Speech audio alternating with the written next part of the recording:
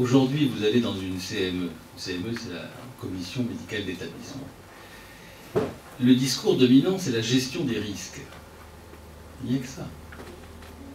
Il n'y a que ça. Or, il y a deux choses congruentes avec le DSM.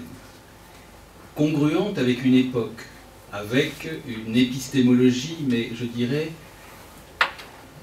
sociale, sociologique, globale. C'est d'une part cette gestion des risques, donc le principe de précaution, et ce qui va avec, c'est-à-dire la judiciarisation.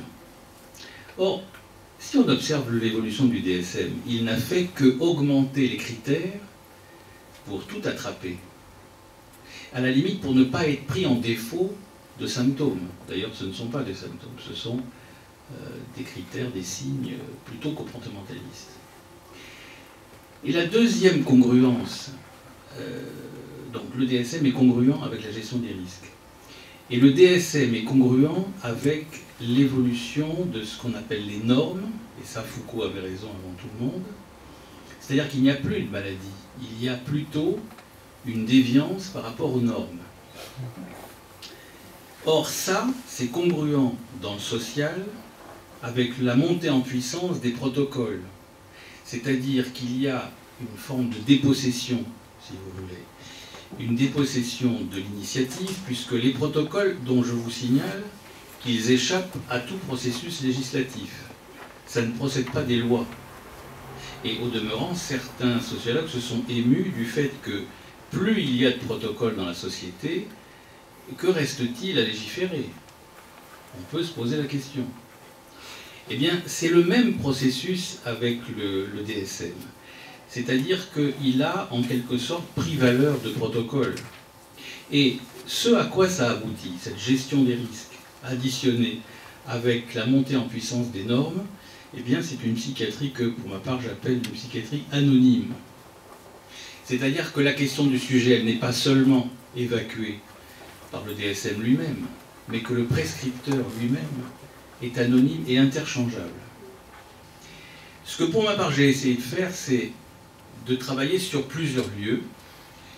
Et lorsqu'on travaille sur plusieurs lieux, lorsqu'avec les psychoses, on se donne évidemment du temps, il faut 5, 10 ans, 15 ans, on se rend compte que l'énonciation d'un lieu à l'autre change. On ne veut pas dire que la structure change, mais que l'énonciation puisse changer. Et que, à la faveur d'un récit, un récit en quelque sorte qui se construit, eh bien le sujet réveille sa propre histoire. Et il faut ramasser les lambeaux de cette histoire éparpillée. Mais c'est possible. Bon. Eh bien c'est cette question du sujet dans la psychose, car on peut parler de sujet aussi dans la psychose, mais à condition de bien formuler les choses, eh bien il y a quelque chose d'opérant.